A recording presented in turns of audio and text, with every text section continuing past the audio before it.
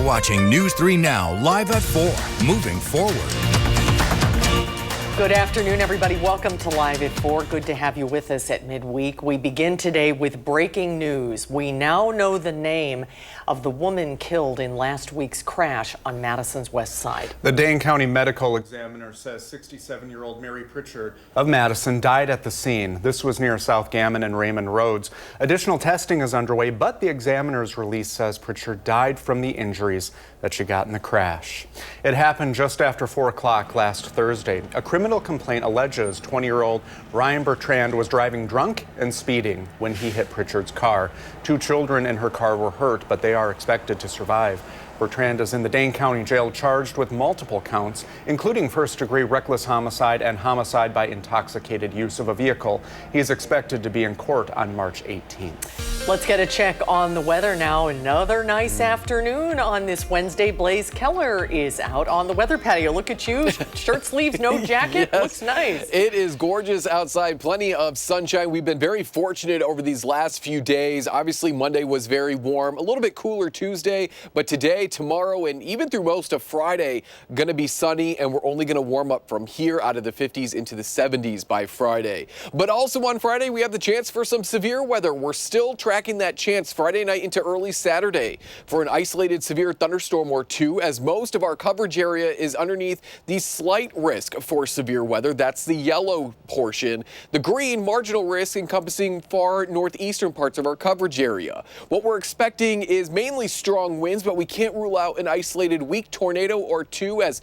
storms develop out in Iowa and they cross the Mississippi River into southwestern Wisconsin between the hours of 9 and 11 o'clock on Friday. But as I mentioned, in the meantime, it is going to be quiet, not only for the rest of your day today, but Thursday and Friday as well. 50s across southern Wisconsin, 54 in Madison, 55 in Middleton, 53 in Deerfield. We'll hang out in the 30s tonight. We're going to go more in depth about what we have in store for us Friday night in the full forecast. All right, Blaze, thank you. An update now for UW Health patients who have insurance with Anthem Blue Cross Blue Shield. The two parties are extending the deadline to agree on a new contract. The current agreement was set to expire April 1st. UW Health says the extension will allow Anthem Health Plan members to receive coverage at UW Health and its affiliates until at least July 1st. The Department of Education is investigating dozens of universities for alleged anti-Semitism, including UW-Madison. The department says it's seeking to enforce Title VI of the Civil Rights Act that bans institutions receiving federal funds from discriminating based on color, race, and national origin. President Donald Trump says he'll cut funding for schools accused of tolerating anti-Semitism, doing so last week at Columbia University. This week, the administration is trying to deport a student green card holder for his role in pro-Palestinian protests there. Education Secretary Linda McMahon describes those protests as attacks on Jewish students and faculty. Last May, UW students joined thousands across the country in setting up encampments on campus property in an effort to get the UW to divest from companies they say have ties to Israel. Police ended up tearing down the tents in a head-on clash with students. The protesters eventually took down a second encampment voluntarily after talks with UW's chancellor. Now, UW's president is weighing in on the allegations of anti-Semitism and the university's handling of the protests. It has to go through the process. Allegations are one thing, but certainly I think when you see the record that Madison has established and the work that they've done and how they handled the protesters, difficult situation, but I commend Chancellor Mnuchin and her leadership team for how they went through that process. Later this afternoon on Live at 4, we'll have more on the UW community's response to the investigation. And the investigation comes as the department undergoes major cuts. Last night, Secretary McMahon announced half of her department's workforce was fired. Today, we have a response from Wisconsin Superintendent Jill Underly. In a statement, Underly says, In part, while efficiency is important, it must never come at the expense of the students and families who rely on these essential programs. If this decision is truly in the best interest of Wisconsin schools and children, we expect to see tangible results and new resources Wisconsin is watching closely. We're also hearing from Underly's challenger in the spring election, Brittany Kinzer. She says, "I am opposed to any reduction in the amount of federal dollars supporting K-12 education in Wisconsin, full stop. Every school in our state depends on federal funding to help students succeed." Becoming a substitute teacher just got a little bit easier now that a certificate training program called Kelly Education was approved by the Wisconsin Department of Public Instruction. The program aims to address teacher shortages across the country and can now make an impact in the Badger State. To qualify for a 3-year substitute teaching permit, the state of Wisconsin requires individuals have an associate's degree or a higher degree from an accredited college or university and a certification from a substitute training program. Kelly Education offers an online, cost-effective course, and Dr. Stephanie Wall, the director of learning for the program, says it can help fill in some gaps here in Wisconsin. Often a substitute teacher is in that classroom until they do identify the certified teacher that's going to go in there. And so it's really important, especially in those situations where you're talking about core subject areas or really long-term, vacancies that these substitutes are filling, that you have folks that understand what it takes to keep learning moving forward. Wisconsin DPI reports after tracking a 2023 cohort of first-time teachers, only 55% stayed in Wisconsin or in the profession after 7 years. If you're interested in becoming a substitute teacher, you can find more information on channel3000.com. A man is in jail after a late-night standoff with Sauk Prairie Police. Officers responded to Dallas Street in Sauk City just before 1 this morning for an armed man standing on someone's enclosed porch. Now, when they got there, they called the county's emergency response team, who helped get the person living in the home out of it. By 4, they had taken the suspect into custody. He's facing multiple charges, including criminal trespassing. This incident remains under investigation, so if you have any information, please call the Sauk County Crime Stoppers at 1-888-TIP-SAUK. The city of Fitchburg, in an upcoming Common Council meeting, will be adding a potential wheel tax for the city to its agenda. Our Jalen Banks spoke with the city's former mayor on their thoughts of the tax. Speaking with former Fitchburg Mayor Tom Clotter, he shares with me he disagrees with how the city is going about achieving its budget. He feels the potential wheel tax is being proposed because the referendum from the past election did not pass. Just around my neighborhood where I live, they can't believe it. They said, what doesn't the city know? We just voted down a referendum. Why are we getting taxed for now our cars that we drive? The Common Council meeting on the wheel tax will take place April 8th. Reporting in the News Center, Jalen Banks, News 3 Now. Jalen, thank you. You still have time to claim your tax refunds from 2021 if you haven't gotten them. The IRS says more than 1.1 million taxpayers across the country have unclaimed refunds from 2021, and more than 14,000 of them are here in Wisconsin. The median refund amount for our state is about $730. By law, taxpayers usually have 3 years to file and claim their refunds. Otherwise, the money becomes property of the U.S. Treasury. The deadline to submit tax returns for this year is April 15th. To file your return, go to irs.gov. And next on Live at 4, why so many mega donors are invested in Wisconsin's Supreme Court race. That's right. Big debate tonight. Plus, our Kyle Pozorski previews the House on the Rocks' 65th season.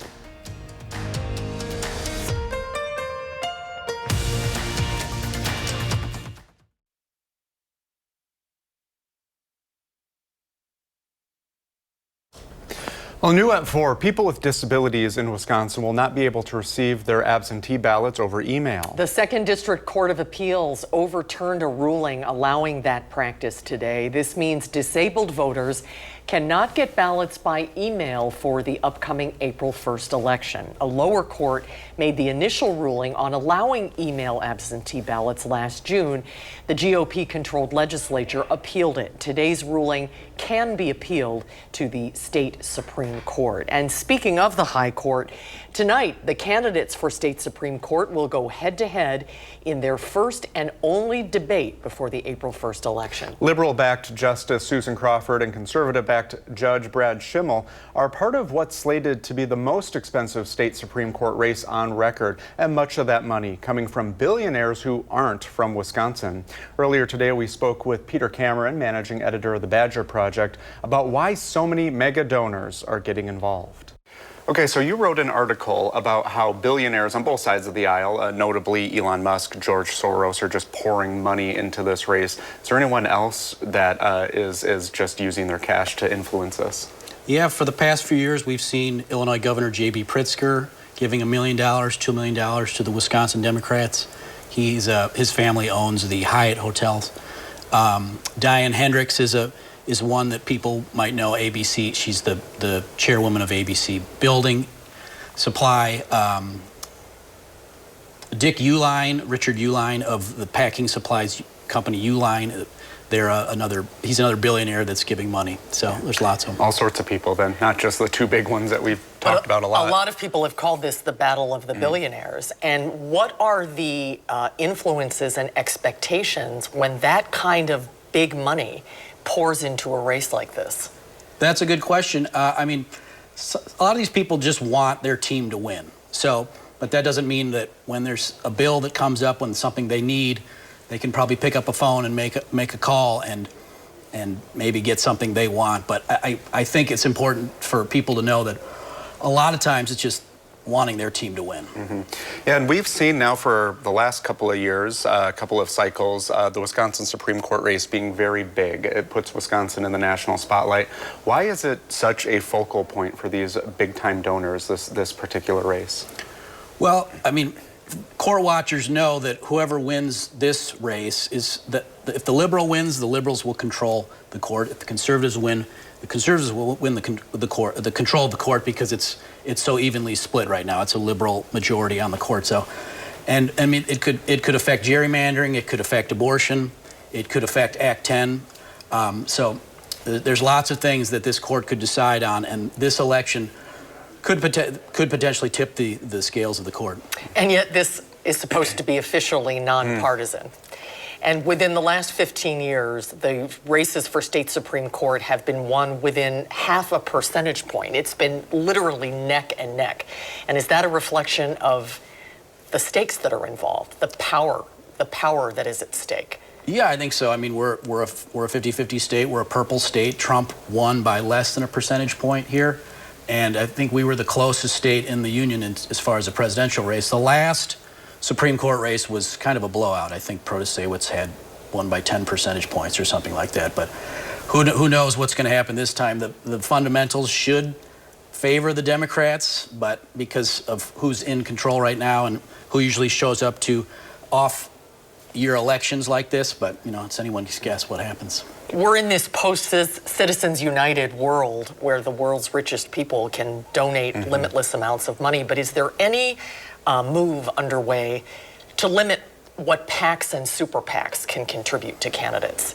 There is, in the state of Maine, they've passed a law that would cap the amount an individual could give to a super PAC at $5,000. Elon Musk and lots of different billionaires can give as much money as they want to super PACs, and then those super PACs can spend as much money as they want. But this law in Maine that would cap the amount you could donate to super PACs, it's unclear if that will survive a Supreme Court challenge. So that's happening now, and it'll take a few years, I imagine, and that's something that could stem the tide a little bit. We'll continue to follow it. And only a few more weeks to go. And we'll have you back. Continued success in your very important work. Thank you. With the Badger Project. Great to see you, Peter. Thank you. Thank you. Well, we'll see how lively that debate gets, but our weather is staying pretty calm out there. Here's meteorologist Blaise Keller. That's right. For now, through most of Friday, we are going to be quiet. We'll be warming out of our temperatures today into the 60s on Thursday, partly sunny conditions. And then Friday, up until really the overnight hours, we're staying windy, partly sunny with temperatures back in the 70s. But we do have that chance for some severe weather, which is why we have that alert day for your Friday night into early Saturday. We're looking at severe storms for mainly southwestern Wisconsin. Strong winds are going to be our greatest threats, but we can't rule out an isolated weak tornado either. We've got a slight risk for nearly all of our coverage area. Further north and east in the green, that's our marginal risk. On the lower end of the Storm Prediction Center's outlook in terms of severe weather, which doesn't necessarily mean that we wouldn't see severe weather. It just means that it's probably going to be more isolated than widespread and long-lived. We find the enhanced risk stretching from about Dubuque all the way south into parts of Alabama and Mississippi, as well as northern Louisiana. This is where conditions are going to be a little bit more favorable for that severe weather Friday night into Saturday, but we are still underneath that slight risk. So let's see what we can expect. As we go into your Friday night, storms are going to develop out into parts of Iowa by 7, 8, 9 o'clock, and then continue to move their way north and eastward. Crossing the Mississippi River between, I would say, 9 and 11 o'clock, and then that line of showers and thunderstorms will continue to race off towards the northeast. This is when the storms are going to likely be initially severe, coming out of Iowa into parts of southwestern Wisconsin. As these storms and showers continue to push off towards the northeast, the severe weather threat that will diminish or end as we go midnight onwards. But this line of showers and thunderstorms will continue to push off towards the northeast through about 4 or 5 o'clock on your Saturday morning. What do we have in the atmosphere for severe weather? We got a little bit of atmospheric energy, so essentially the food that these storms will use. It's not a lot, but you don't necessarily need a lot to get a severe thunderstorm or two. You have the atmospheric lift pushing those showers and thunderstorms up through the atmosphere. Not a whole lot, but we have some moisture. Dew points will be into the 50s. I'd much rather see them in the 60s for that chance for severe weather. And we certainly have the rotation because the center of low pressure is very close to us.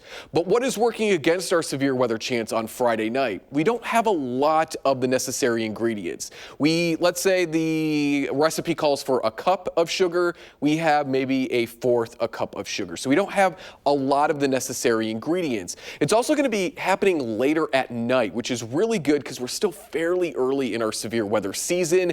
So as soon as the sun goes down and those storms move out of Iowa, they're going to quickly weaken. But for now, strong winds are going to be our greatest threats, followed by an isolated weak tornado or two. So stay with News 3 Now.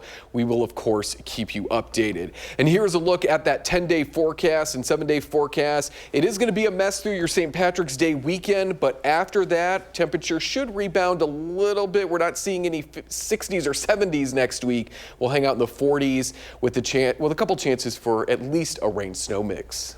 Thank you, Blaze. One of Wisconsin's most famous attractions, the House on the Rock, will open tomorrow for its 65th season. And it's where our Kyle Pozorski got to go today to get a preview of what to expect this year. When you're inside such a whimsical and magical place like this, it's hard to imagine that you're out on the rolling hills of southwestern Wisconsin.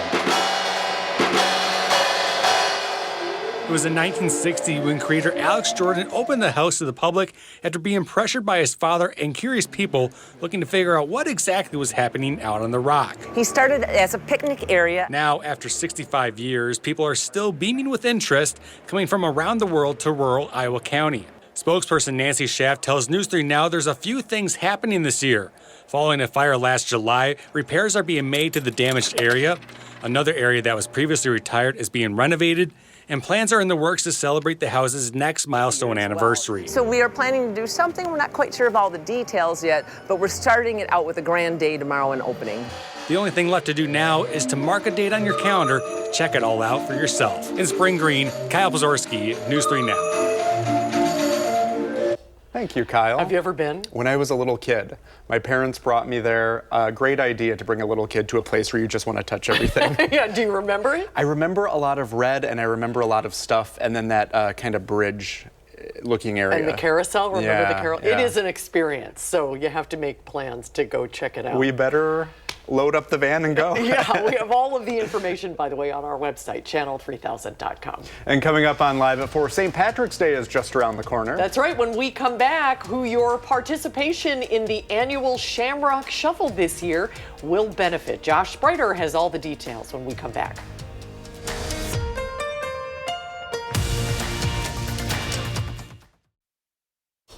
In the 608, we're looking ahead to St. Patrick's Day weekend. Yep, it's here almost. Josh Wow. Spreiter caught up with the Boys and Girls Club this morning about how the Shamrock Shuffle this year is giving back to Madison.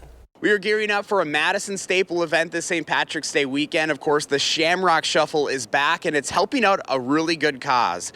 Claudia Mena with the Boys and Girls Club is joining us. Claudia, good to see you. Good to see you. How are you? Oh my gosh, I'm doing wonderful, and how could we not when we're gearing up for one of the best days of the year, and this is all about giving back to the community. Yeah, absolutely. We have our Shamrock Shuffle event this Saturday, and it's a fun 10K run as well as a 10K bike ride that's new this year, and other races, of course. So Boys and Girls Club is excited to be part of it, and that's what's so great about this is that people are part of the Shamrock Shuffle, they're also helping you out in your mission. Yes, absolutely. All of our proceeds are going directly to the Boys and Girls Clubs. How does this day work for a lot of folks? Because you get some big numbers. Yes, absolutely. So we have over 2,000 runners that are going to be a part of the Shamrock Shuffle.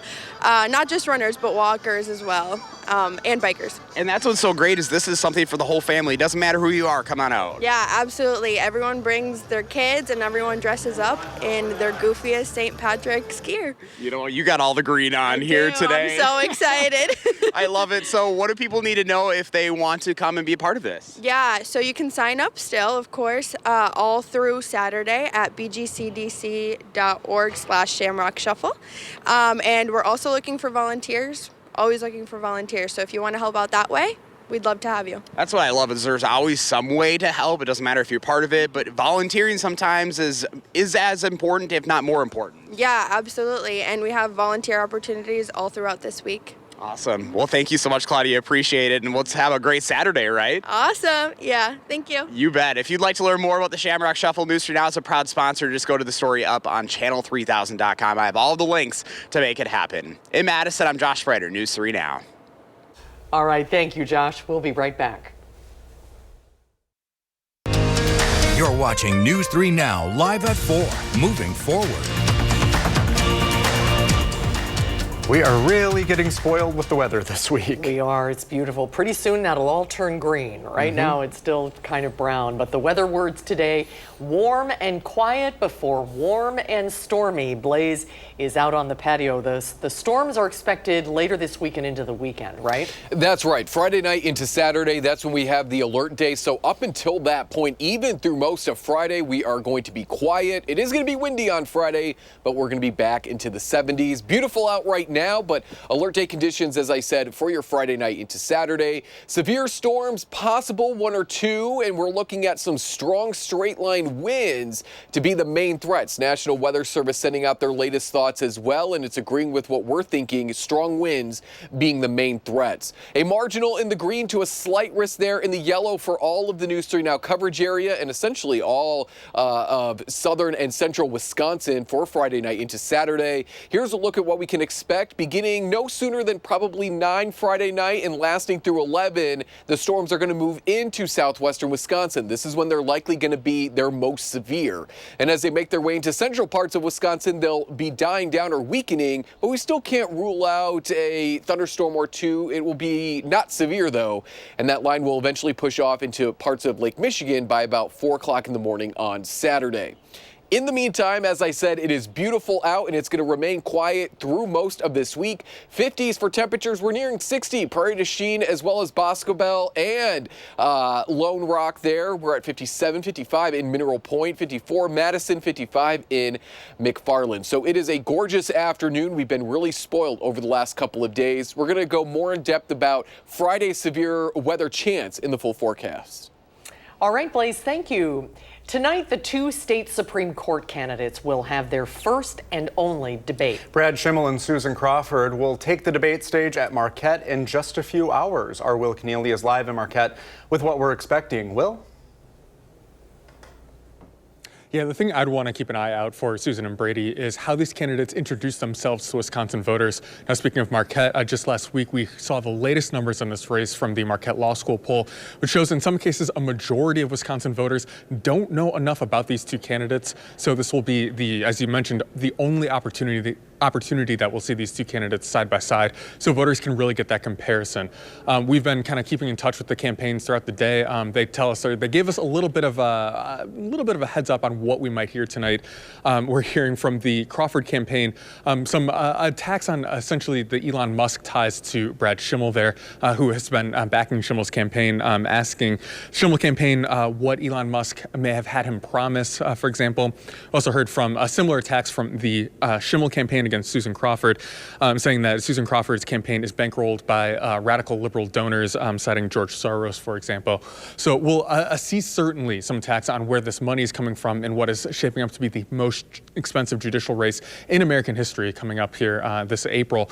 And again, we'll continue to see what these two candidates are doing, trading barbs tonight at this first and only debate. And we'll continue to keep it covered throughout the night, including back here tonight at News 3 Now at 10. But for now, reporting from Milwaukee, Will Keneally, News 3 Now. Thank you, Will.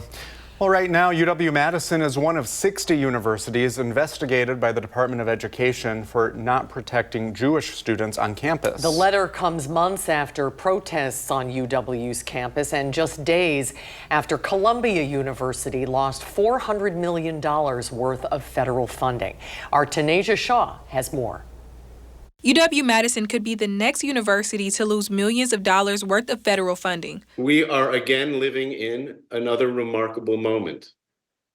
If you're in the university community, there is a heightened tension regardless of how you feel and what you believe about the institution. Tuesday, the Department of Education sent a letter to UW-Madison and 59 other universities, warning that the institutions potentially did not protect Jewish students through Title VI, a civil rights act that bans discrimination. I definitely think that there were things that have happened in the campus that were worthy of scrutiny, and certainly worthy of the question about time, place, and manner. Greg Steinberger is the president and CEO of UW-Hillel, and he says he believes there was anti-Semitism on campus at some point. There have been incidents on this campus, on other campuses in the Wisconsin system, and clearly across the country that certainly are worthy of thoughtful examination. The letter to UW did not specify exactly when UW violated Title VI.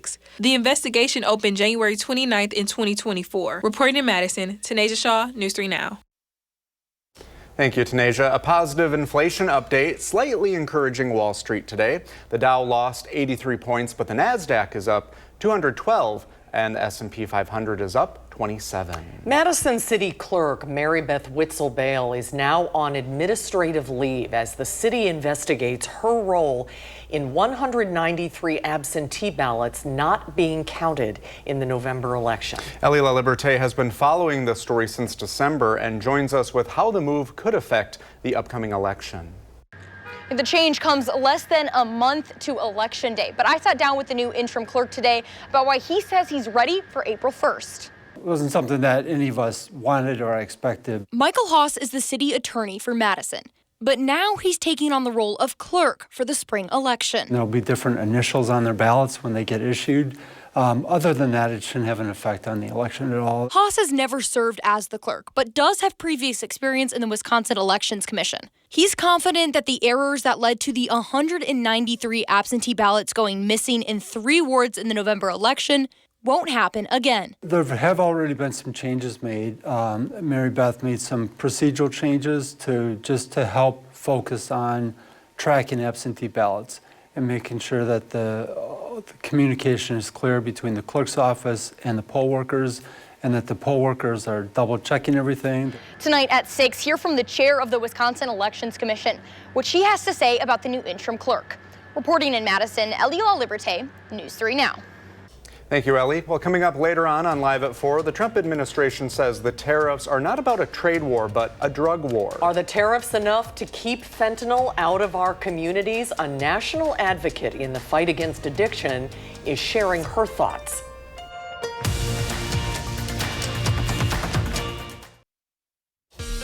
And Blaze is back with another check of our first warn forecast. Hey, Blaze. Hello, we have that alert day for your Friday night into Saturday. Again, that is for possibly our first severe weather of the season, looking at southwestern Wisconsin, but it really is all encompassing for all of southern Wisconsin, as most of us are underneath this slight risk here in the yellow. Further to the north and east, that's where we find the marginal risk for severe weather. The two of the lower threats outlined by the Storm Prediction Center, this just means that we're not anticipating widespread or long-lived severe weather, but isolated chances, and generally they're short-lived. We find an enhanced risk for severe weather just to our south, from about Dubuque all the way south into parts of Mississippi and Alabama. This is where there's a little bit more atmospheric ingredients that will better provide some severe weather for folks to the south. But we still may squeeze out 1 or 2 severe thunderstorms as this strong low pressure system moves out of the Dakotas and parts of the plains and brings in that line of showers and thunderstorms about 9 through 11 o'clock Friday night, and that line will continue to race off towards the northeast as we go into those early morning hours on Saturday. Here's that line moving on into parts of Vernon, Grant, Crawford counties about 9, 10, 11 o'clock on Friday, and will continue to push off towards the northeast as we go over the midnight hour into the 1, 2 o'clock morning hours on your Saturday. Still eyeing thunderstorms at this point,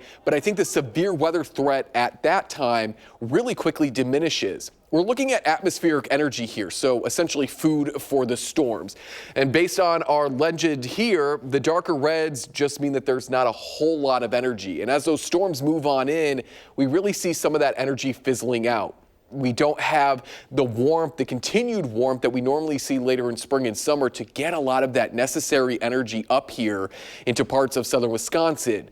When we look at the chance for supercell thunderstorms, again, the white indicating a low chance, and these are those rotating thunderstorms that we usually associate with tornadoes. We're not seeing any yellows or oranges, and as those storms are moving through Wisconsin, it's really limited, and by this point, most of the severe weather will have already pushed off towards the north and east. So we have ingredients. We have the ingredients to bake the cake, but we don't have a lot of the ingredients. So the cake might not turn out as great when we're cooking it. Doesn't mean it's still not going to form and we won't have cake, but it's just not going to be as great. We're also looking at the chance for some strong winds as well. Some of these straight line winds could be gusting upwards of 50 to 60 miles per hour as these storms move into parts of southwestern Wisconsin, again, between 9 and 11 o'clock Friday night. So strong winds are our main threat, but we cannot rule out an isolated weak tornado either. So stay with News 3 Now. We will keep you updated in the days leading up to Friday and, of course, during the severe weather event Friday night into Saturday. And then for the rest of your St. Patrick's Day weekend, we're cooler in the 40s and 50s.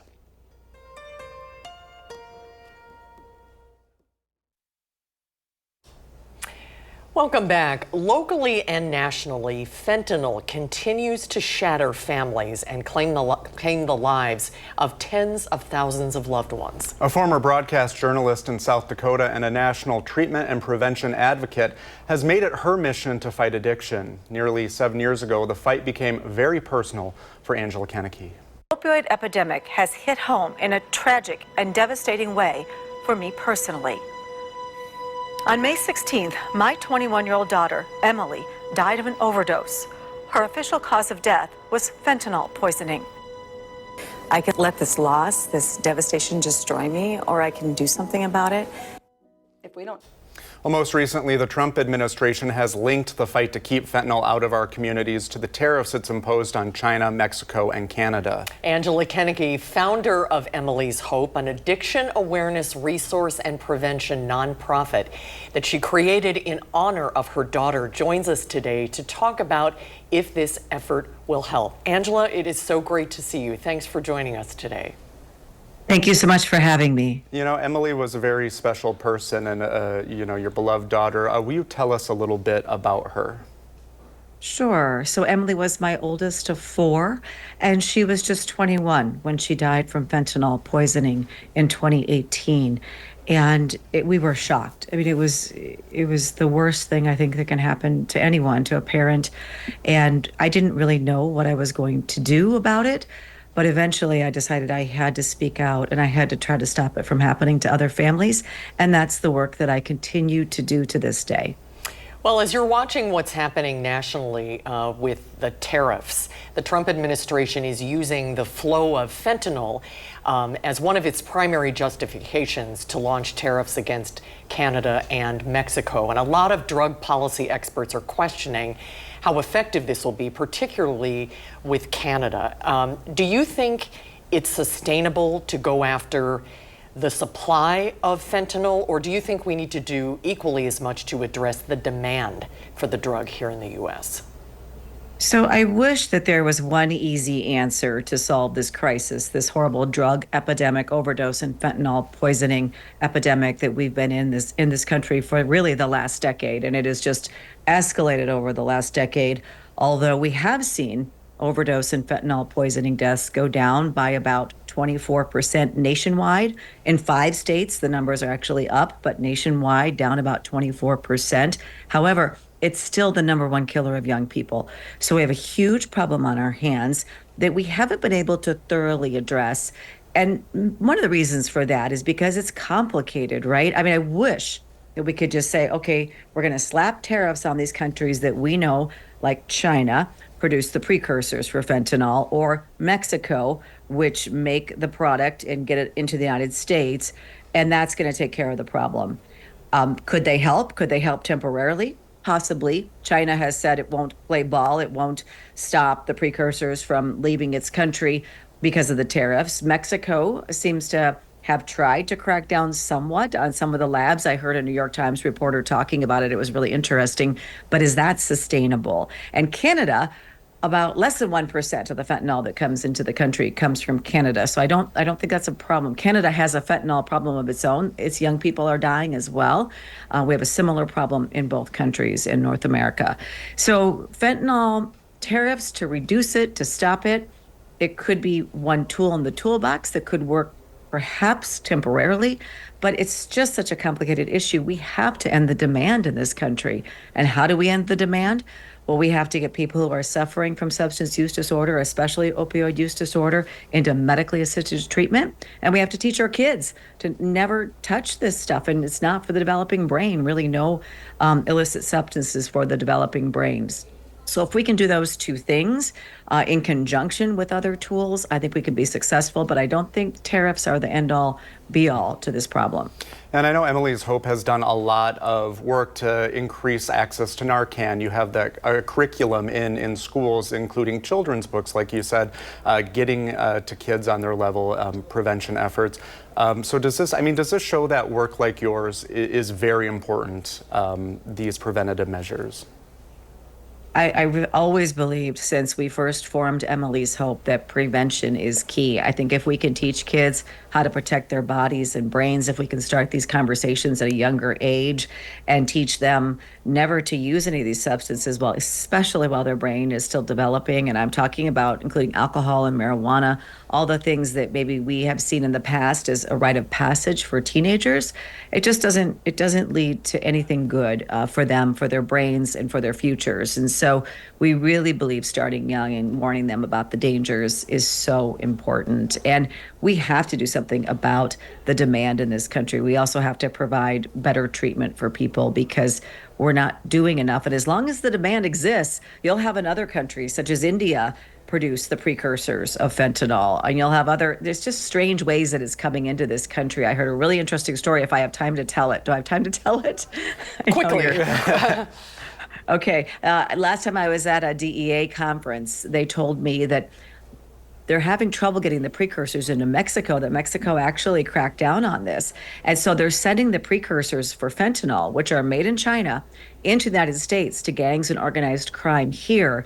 And then they're sending the precursors down to the cartels in Mexico who are making the powder. The Mexican cartels are getting the powder back into the United States, plane, ship, packages, through legal checkpoints, hidden in things. And then they're being pressed into pills here in the United States and then distributed by Americans to other Americans. So we have a problem on our hands that isn't just a problem with somebody else in a foreign nation. We have a big problem on our hands when it comes to supply and demand. Well, Angela, we are so sorry for the loss of your beautiful daughter. From one mom to another, I can't tell you how much I admire you for taking your personal heartbreak and turning it into something to pay it forward for so many others.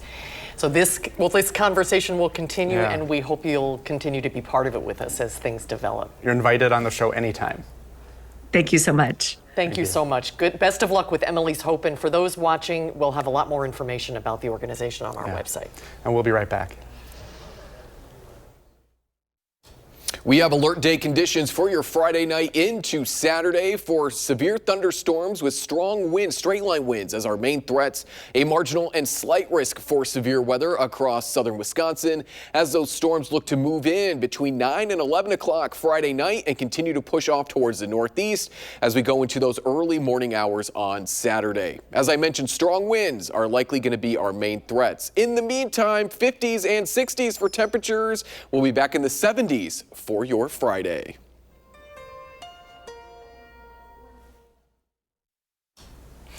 Tomorrow on Live at 4, we'll have analysis of tonight's Supreme Court candidate debate and a look at how each candidate is faring. That's tomorrow. And later tonight on News 3 Now at 6, after voters passed a referendum to avoid cuts to school staff, whether Madison schools are holding up their end of the bargain. That's coming up tonight at 6. Thanks for watching Live at 4 this afternoon. We hope to see you right back here tomorrow. News 3 Now at 5 starts right after this.